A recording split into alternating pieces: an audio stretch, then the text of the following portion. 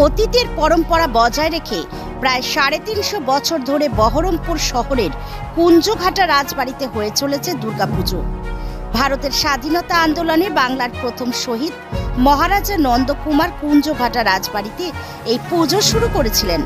প্রায় ৩৫০ বছর আগে প্রথম যে কাঠামোতে দুর্গাপুজো শুরু হয়েছিল, পুরনো রীতি মেনে আজও সেই একই কাঠামোতে দুর্গাপুজো হয়ে আসছে।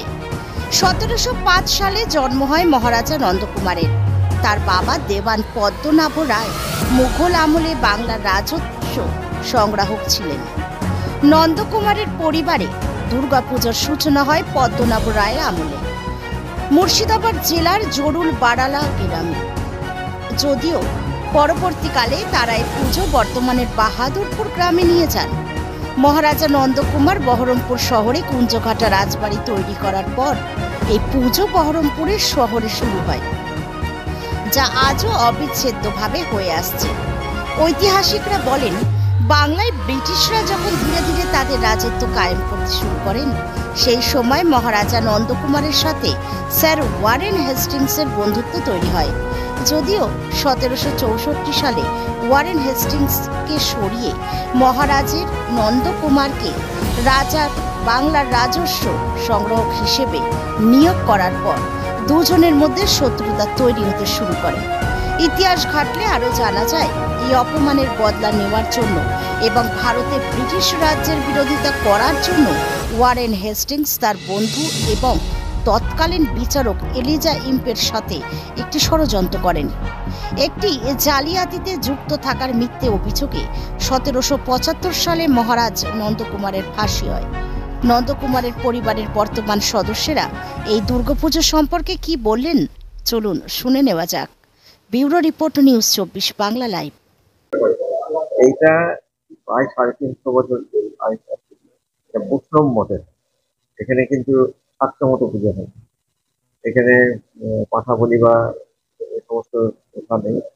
এখানে মাস বলি দিয়ে, হ্যাঁ। তো ওই পূর্বে যেমন প্রথা অনুযায়ী চলে আসছে, মানে সেই প্রথা অনুযায়ী যেমন চালিয়ে এসছে, আমরা ঠিক একই প্রথা অনুযায়ী চালিয়ে যাচ্ছি। মহেশ চন্দ্রকুমারের তার বাবা পদ্মনাভ রায়ের ইয়েতে ভদ্রপুরে বীরভূম জেলা ভদ্রপুরে ওখানে যে রাজবাড়ি ছিল, সেই রাজবাড়িতে পুজো হচ্ছে। সেইখান থেকে নন্দকুমারের আমলে নন্দকুমার এখানে নিজের এখানে রাজবাড়িতে নিয়ে এসে ওই একই কাঠামো নিয়ে এসে এখানে পুজোটা শুরু করতে। রাজা মহারাজদের ব্যাপারে জৌলুস থাকবে, কিন্তু বর্তমানে যা পরিস্থিতি অনুযায়ী আমাদের যতটা সাধ্য অনুযায়ী সেই জৌলুস তো আমরা করতে পারবো না।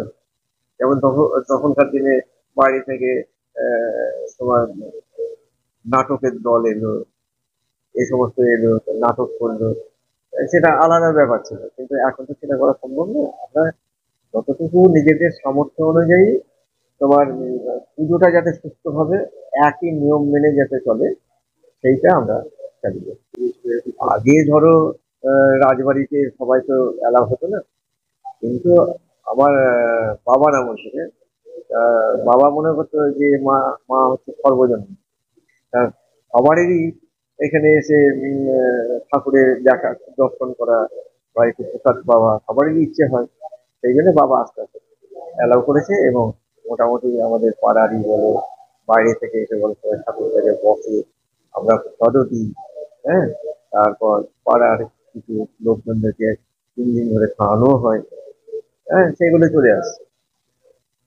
পূর্বে আমরা শুনেছি, বাবার কাছে শুনেছি, নীলকণ্ঠ পাখি ষষ্ঠীর দিন আসতো এবং দশমীর দিন কোথা থেকে আসতো, আবার দশমীর দিন আবার উড়ে চলে যেত, নিজেই আসতো। তা এটা একটা প্রচলিত ছিল যে মা যে এখানে এলেন কৈলাস থেকে, সেইটা খবর পৌঁছে দেওয়া হলো, এবং দশমীর দিন সেই খবর দিয়ে আবার কৈলাসে দেওয়া হলো যে মা যাচ্ছে। এটা একটা প্রবাদ আছে, কিন্তু এটা মানে আমরা শুনে আসছি, বাবার কাছে শুনেছি, বাবা হয়তো এটা বহু প্রাচীন প্রবাদ। তারপর আমরা এটাও শুনেছি যে দশমীর দিন ময়ূরপঙ্খী নৌকো আসছে, হ্যাঁ। সেইখানে ঠাকুরকে দশমীর দিন তুলে দেওয়া হতো।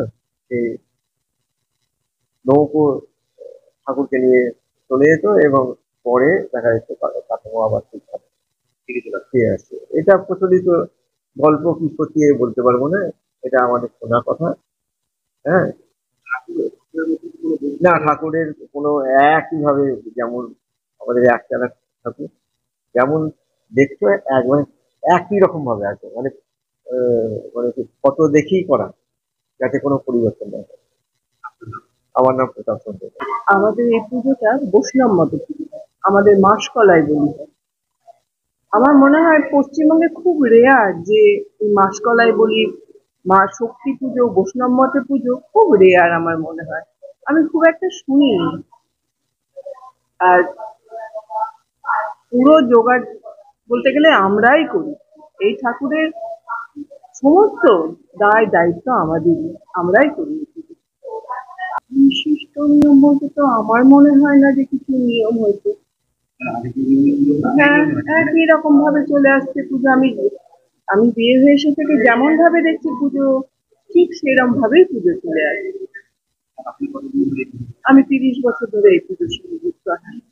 তো মানে ওই ধরো সন্ধির সময় আমি আমার শ্বশুরের মুখে যেটা শুনেছি, সন্ধির সময় সময় কামান ডাকে। তখন লোক সংখ্যা কম ছিল, ফাঁকা ফাঁকা জায়গায় হয়েছে, কিন্তু এখন এই যে হারে প্রতিবেশীরা আছে সম্ভব না। তারপর নীলকণ্ঠ পাখি উড়াতো, এগুলো শ্বশুর মুখে শোনা। তারপর এই দশমীর দিন আমাদের ধর অপরাজিতা পুজো হয়। অপরাজিতা পুজো হওয়ার পর আমাদের 4টি মিলে ঠাকুর বিসর্জন হয়ে যায়, আর আমাদের চতুর্দোলায় ঠাকুর যায়। আমাদের সব লোকজন আসে, তারাই ঠাকুর বিসর্জন করে। আর আমাদের ঠাকুর গঙ্গার দিকে মুখ করে এখন বিসর্জন হয় না, কেননা এই নবাবরা এক সময় নাকি গঙ্গায় ভাত ছিটিয়ে দিয়েছিল, দিয়ে স্বপ্ন দিয়েছিল যেহেতু ভাত ছিটিয়ে নাকি খুব অপরাধ করেছিল, ওই জন্য মা দুর্গা নাকি স্বপ্ন দিয়েছিল যে গঙ্গার দিকে আমাকে মুখ করে বিসর্জন করবে। ওই জন্য গঙ্গা থেকে উল্টো দিকে মুখ করে আমাদের মা দুর্গার বিসর্জন। এইগুলোই শুনে আসি। এছাড়া আমি আর তো কিছু তফাৎ চোখে পড়ে না, জানি না অন্যরা কে কি বলবে। আমার তো মনে হয় ঠাকুরকে আমি সেরম ভাবেই আগে যেমন দেখে এসেছি এখনো সেরমই হয়ে আছে আমার মনে হয়। স্বাভাবিক, সময়ের কারণে এটা হবেই। কিন্তু এখনকার দিনে যতটা পারা যায় আমরা চেষ্টা করি ঠিক ততটাই মা দুর্গার পুজো করে।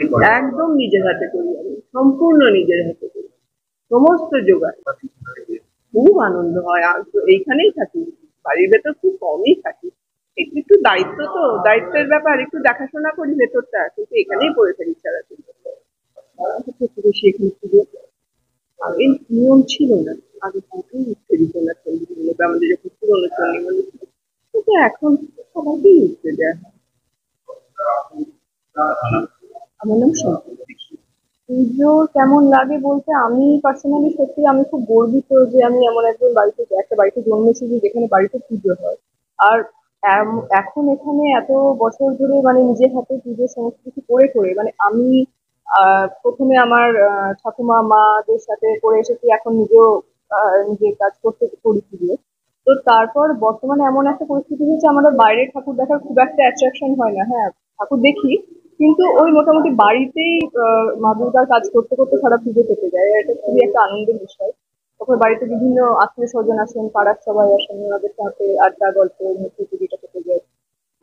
আমি যতটুকু জানি যে আমাদের এই বাড়ির পুজোটা শুরু হয়েছিল বীরভূম জেলার ভদ্রপুর গ্রামে। মহারাজা নন্দকুমারের বাবা শ্রীমান পদ্মনাভ রায় পুজোটা শুরু করেছিলেন, এবং মহারাজা নন্দকুমার যখন মুর্শিদাবাদের সুবে বাংলার দিওয়ানি লাভ করেন আলীবর্দী খানের আমলে, নবাব আলীবর্দী খানের আমলে, তখন তিনি এইখানে শিফট করেন এবং এই কাঠামো উনি নিয়ে আসেন তার সাথে। এটা ভদ্রপুরের সেই কাঠামো, এবং 350 বছর ধরে এই কাঠামোতেই এখনো পুজো হয়ে চলেছে। এই একটা বিষয়। আর একটা গল্প আমি শুনতে পাই একটা ময়ূরপঙ্খী নৌকার ব্যাপারে, সেটি আমাদের যে ঘাট যেখানে মা দুর্গার বিসর্জন হয় সেখানে নাকি আসতো সে অনেক অতীতকালে দশমীর সময়, এবং মা দুর্গাকে সেখানে বসিয়ে দেওয়া হতো, এবং অজানা উদ্দেশ্যে সেই নৌকা চলে যেত এবং পরবর্তীকালে একাদশীতে কাঠামো নিয়ে সে আবার ফেরত আসতো।